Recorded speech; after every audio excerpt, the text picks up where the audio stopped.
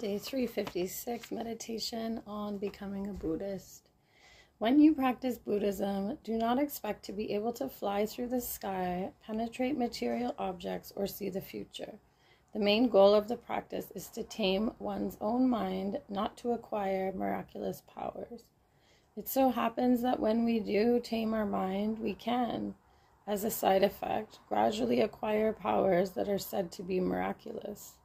But if we make these our main goal, I seriously doubt whether what we are practicing can be called Buddhism. Non-Buddhists also acquire such powers. Apparently, even the KGB and CIA were interested in them a few years ago. So be careful. Words to meditate on. If they were interested a few years ago, they're probably still interested or learning, and we can all acquire those powers.